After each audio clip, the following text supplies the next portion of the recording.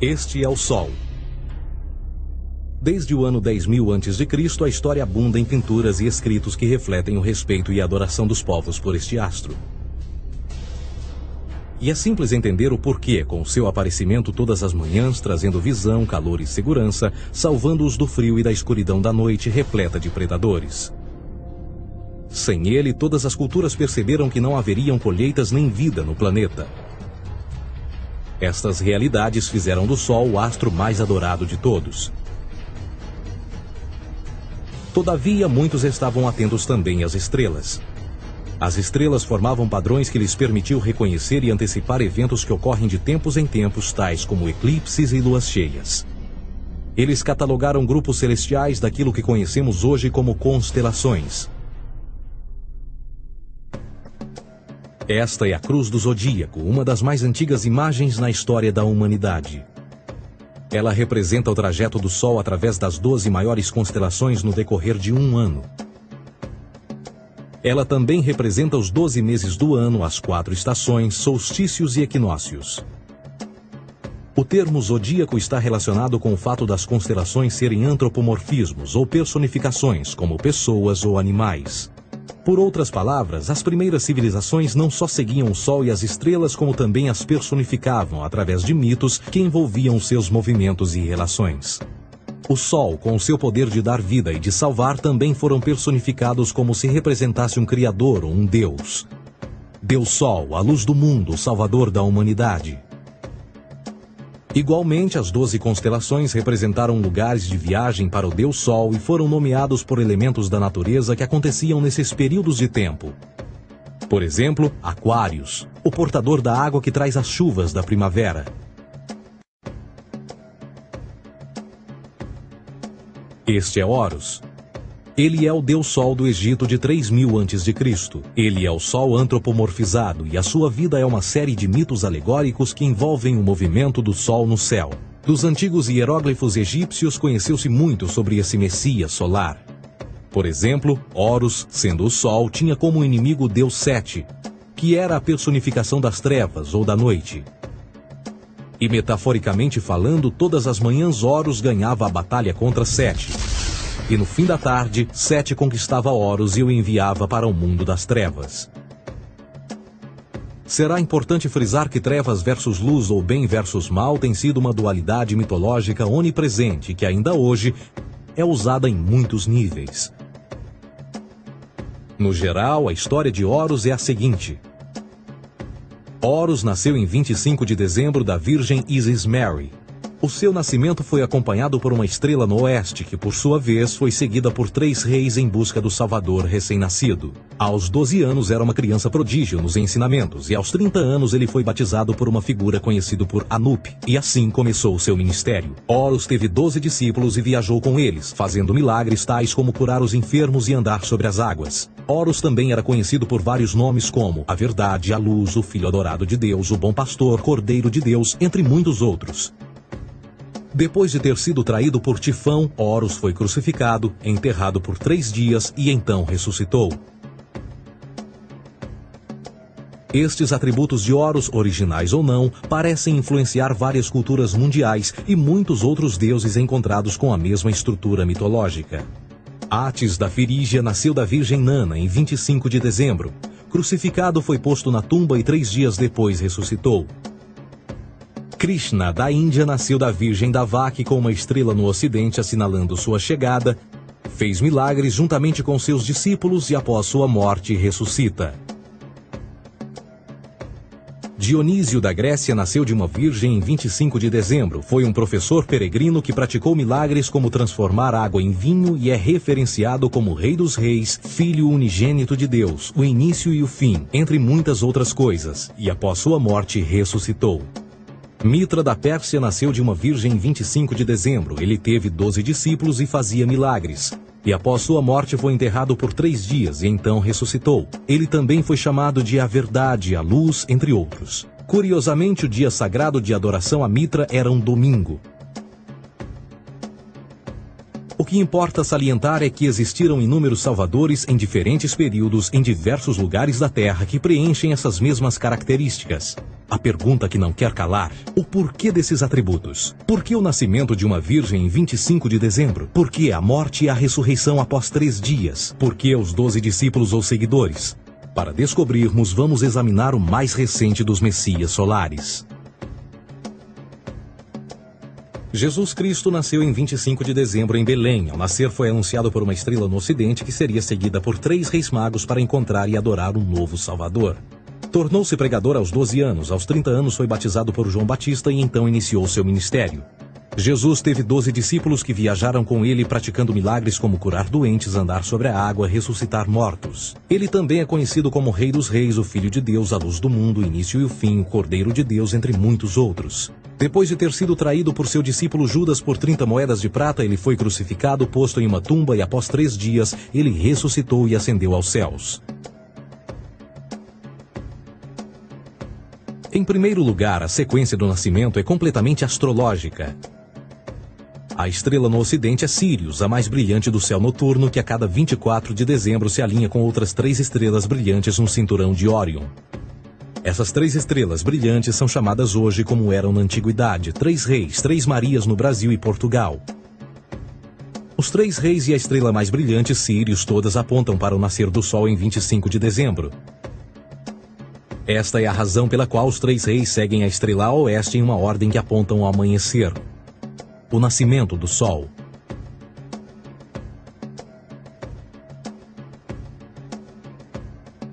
A Virgem Maria é a constelação de Virgo, também conhecida como Virgo, a Virgem. Virgo em latim significa virgem. Virgo também é conhecida como a Casa do Pão.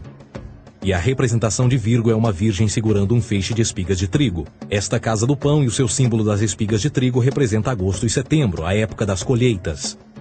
Por sua vez, Belém é a tradução ao pé da letra de A Casa do Pão. Belém também é a referência à constelação de Virgem, um lugar no céu, não na terra.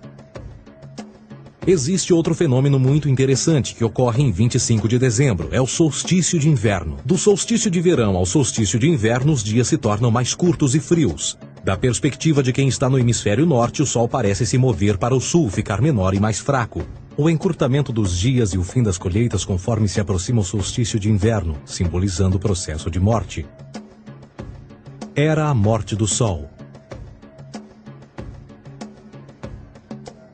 Pelo 22º dia de dezembro, o falecimento estava completamente realizado e faz com que atinja seu ponto mais baixo no céu. Aqui algo curioso acontece. O Sol para de se mover por 3 dias. Durante estes 3 dias, o Sol fica pelas redondezas da constelação do Cruzeiro do Sul, ou Alfa Crucis. Depois desse período, em 25 de dezembro, o Sol se move 1 grau, dessa vez para o norte, trazendo perspectiva de dias maiores, mais calor e a primavera. E assim se diz: o Sol morreu na cruz, ficou morto por 3 dias, apenas para ressuscitar ou nascer mais uma vez. Esta é a razão pela qual Jesus e muitos outros deuses solares compartilham da ideia de crucificação, morte por 3 dias e o conceito da ressurreição. É o período de transição do Sol antes de mudar para a direção contrária no hemisfério norte, trazendo a primavera e assim a salvação. Todavia, eles não celebram a ressurreição do Sol até o equinócio da primavera, ou Páscoa. Isto é porque no equinócio da primavera o Sol domina oficialmente o mal, as trevas, assim como o período diurno se torna maior que o noturno. E o revitalizar da vida na primavera emerge. Agora, provavelmente, a analogia mais óbvia de todas neste simbolismo astrológico são os 12 discípulos de Jesus. Eles são simplesmente as 12 constelações do zodíaco com que Jesus, sendo o Sol, viaja. De fato, o número 12 está sempre presente ao longo da Bíblia.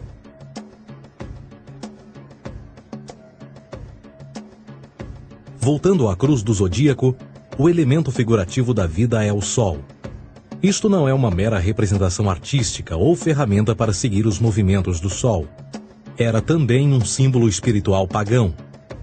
Uma logografia similar a isto. Isto não é um símbolo do cristianismo. É uma adaptação pagã da cruz do zodíaco.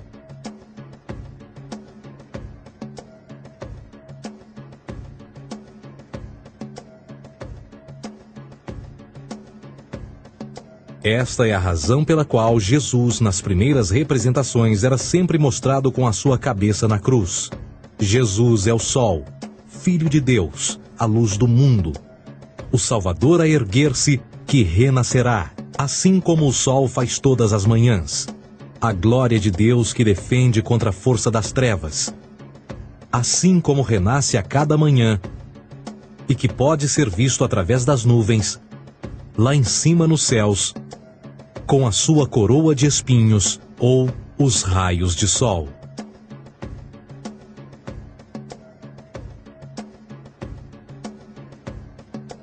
Agora, nas muitas referências astrológicas ou astronômicas na Bíblia, uma das mais importantes tem a ver com o conceito de eras. Através das Escrituras há inúmeras referências a essa era. Para compreender isto, precisamos primeiro estar familiarizados com o fenômeno da precessão dos equinócios. Os antigos egípcios, assim como outras culturas antes deles, reconheceram que aproximadamente de 2150 em 2150 anos, o nascer do Sol durante o equinócio de primavera ocorria num diferente signo do zodíaco. Isto tem a ver com a lenta oscilação angular que a Terra tem quando roda sobre o seu eixo.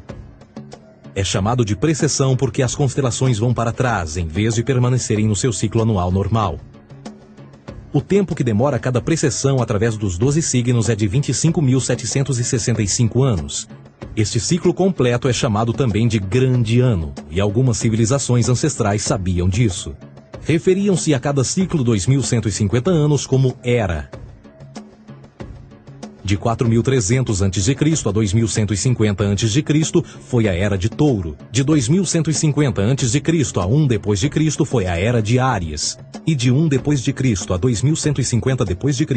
é a Era de Peixes, a era que permanecemos nos dias de hoje.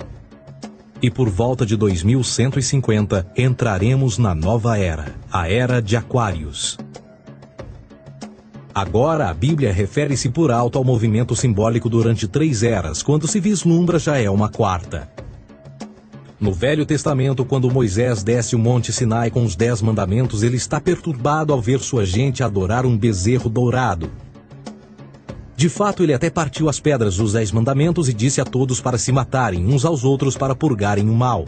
A maior parte dos estudiosos da Bíblia atribuem esta ira de Moisés ao fato de os israelitas estarem adorando a um falso ídolo, ou algo semelhante. A realidade é que o bezerro dourado é o Taurus, touro. E Moisés representa a nova era de Áries. Esta é a razão pela qual os judeus ainda hoje assopram com o chifre do carneiro. Moisés representa a nova era de Áries. E perante esta, todos têm de largar a velha. Outras divindades, tais como Mitra, marcam essa transição também.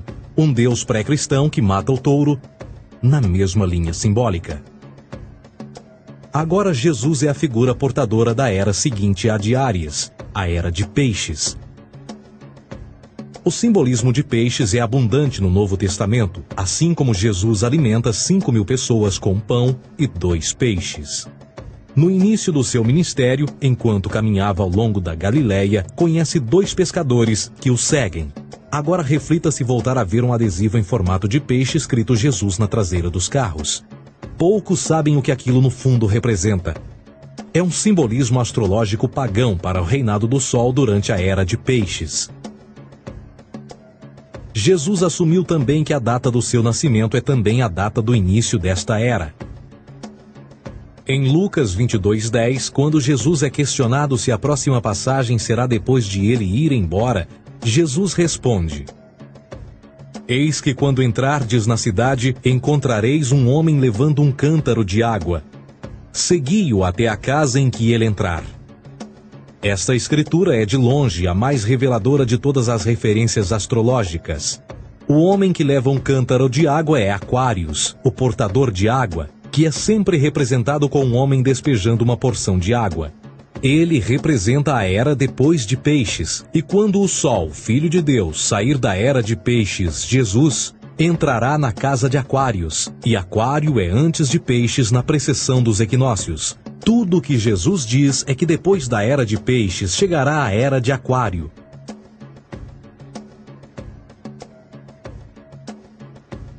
Agora todos já ouvimos falar sobre o fim do mundo.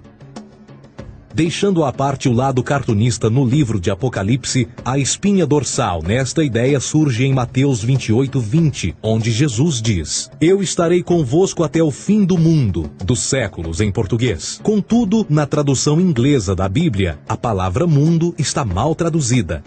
A palavra realmente usada era aion, que significa era. Eu estarei convosco até o fim da era, o que no fundo é verdade. Jesus, como personificação solar de peixes, irá acabar quando o Sol entrar na era de aquário. Este conceito de fim dos tempos e do fim do mundo é uma má interpretação desta alegoria astrológica. Vamos dizer que aproximadamente 100 milhões de brasileiros acreditam que o fim do mundo está próximo. Além disso, o personagem de Jesus, literalmente e astrologicamente um híbrido, só demonstra o quão plágio do deus Sol Horus do Egito, Jesus é. Por exemplo, inscrito há 3.500 anos atrás, nas paredes do templo de Luxor, no Egito, estão imagens da Enunciação, da Imaculada Concepção, do nascimento e da adoração a Horus. As imagens começam com o anúncio à Virgem Ísis de que ela irá gerar Horus, que Nefe, o Espírito Santo, irá engravidar a Virgem, e depois o parto e a adoração, e que é não mais do que o milagre da concepção de Jesus. Na verdade, as semelhanças entre Horus e Jesus são flagrantes.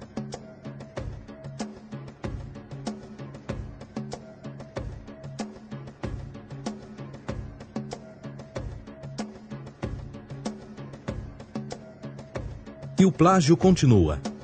A história de Noé e da sua arca é tirada diretamente das tradições. O conceito de dilúvio é presente em todas as antigas civilizações, em mais de 200 diferentes citações em diferentes períodos e tempos. Contudo, não será preciso ir muito além da fonte pré-cristã para encontrar a epopeia de Gilgamesh, escrita em 2600 a.C. Esta história fala sobre grandes inundações ordenadas por Deus, uma arca com animais salvos e até mesmo o libertário retornar da pomba, entram em concordância com a história bíblica, entre muitas outras semelhanças.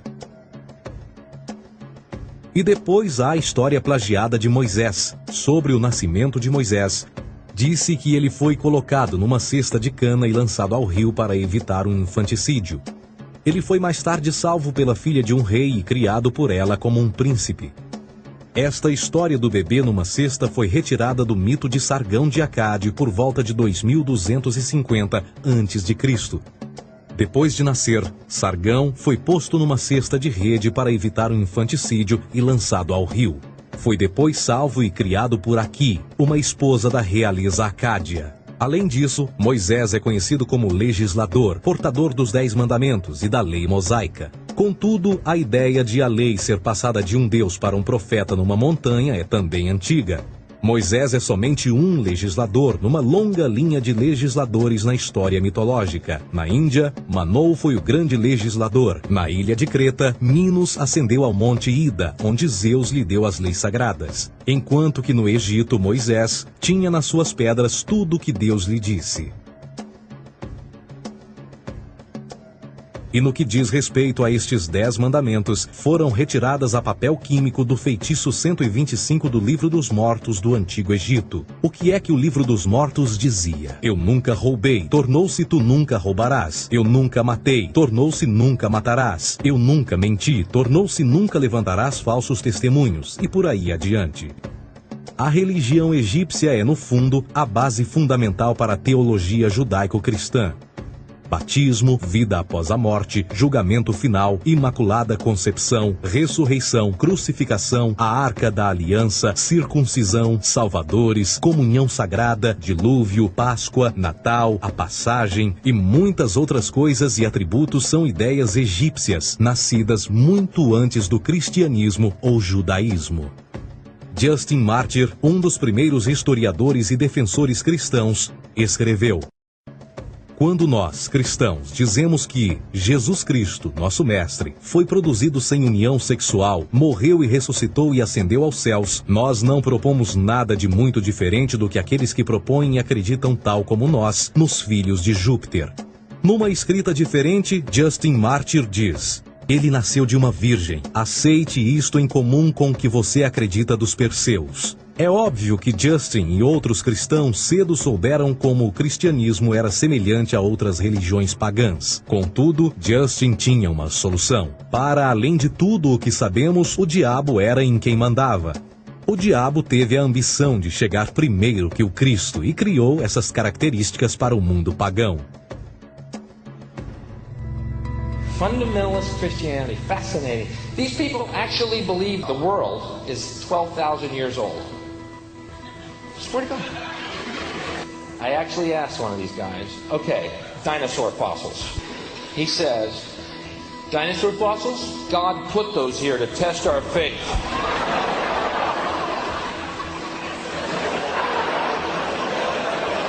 I think God put you here to test my faith, dude.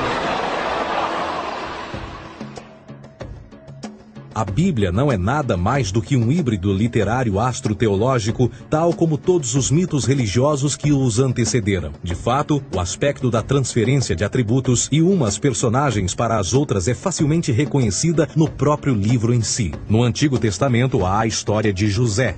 José era um protótipo de Jesus. José nasceu de um milagre, Jesus nasceu de um milagre. José tinha 12 irmãos, Jesus tinha 12 discípulos. José foi vendido por 20 pratas, Jesus foi vendido por 30 pratas. Irmão Judá sugere a venda de José.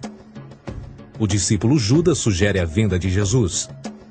José começa os seus trabalhos aos 30, Jesus começa aos 30 também. Os paralelismos continuam. Além disso, haverá algum registro não bíblico da existência de mais alguém chamado Jesus, filho de Maria, que viajou com 12 seguidores e curou pessoas? Existiram muitos historiadores que viveram no Mediterrâneo durante esse mesmo período e até mesmo após a presumível morte de Jesus. Quantos desses historiadores fizeram relatos sobre a sua figura? Nenhum. Porém, para sermos justos, não significa que os defensores da existência de Jesus nunca tenham reclamado o contrário. São particularmente 4 referidos como pioneiros sobre a teoria da existência de Jesus: Plínio o Jovem, Suetônio e Tácito. Cada uma das suas máximas consiste apenas em algumas frases em que, na melhor das hipóteses, se refere a Christus ou Cristo, e que na realidade não é um nome, mas sim uma titulação. A 4ª fonte é Joséfo, cujos documentos ficou provado terem sido falsificados séculos atrás e, para infortúnio da humanidade, por muitos ainda visto como verdadeiros. Poderá alguém ter se aproveitado das ideias renascer dos mortos, a ascensão ao reino dos céus e a prática de milagres e que a partir daí tenha começado a surgir nos registros históricos? Não, porque uma vez pesadas as evidências, há grandes probabilidades da figura conhecida como Jesus nunca sequer ter existido.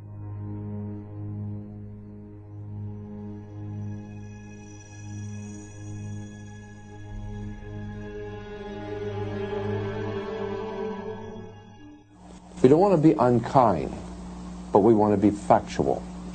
We don't want to cause hurt feelings, but we want to be academically correct in what we understand and know to be true. Christianity just is not based on truth. We find that Christianity was in fact nothing more than a Roman story, developed politically. A realidade consiste em que Jesus foi a divindade solar do setor gnosticista cristão e, tal como outros deuses pagãos, era uma figura mítica. Foi sempre o poder político que procurou monopolizar a figura de Jesus para controle social. Por volta de 325 d.C., em Roma, o imperador Constantino reuniu o Concílio Ecumênico de Nicéia e foi durante esta reunião que as doutrinas políticas com motivação cristã foram estabelecidas e assim começou uma longa história de derramamento de sangue e fraude espiritual. E nos 1600 anos que se seguiram, o Vaticano dominou politicamente e com mão de ferro toda a Europa. conduzindo-a a um período de obscurantismo, onde o conhecimento era apenas um privilégio da Igreja, as Cruzadas e a Santa Inquisição. O cristianismo, bem como todas as crenças teístas, são a fraude desta era. Serviu para afastar os seres humanos do seu meio natural e da mesma maneira uns dos outros. Sustenta a submissão cega do ser humano à autoridade. Reduz a responsabilidade humana sob a premissa de que Deus controla tudo e que, por sua vez, os crimes mais terríveis podem ser justificados em nome da perseguição divina. E o mais importante, dá o poder àqueles que sabem a verdade e usam o mito para manipular e controlar sociedades. O mito religioso é o mais poderoso dispositivo já criado e serve como base psicológica para que outros mitos floresçam ou justifiquem.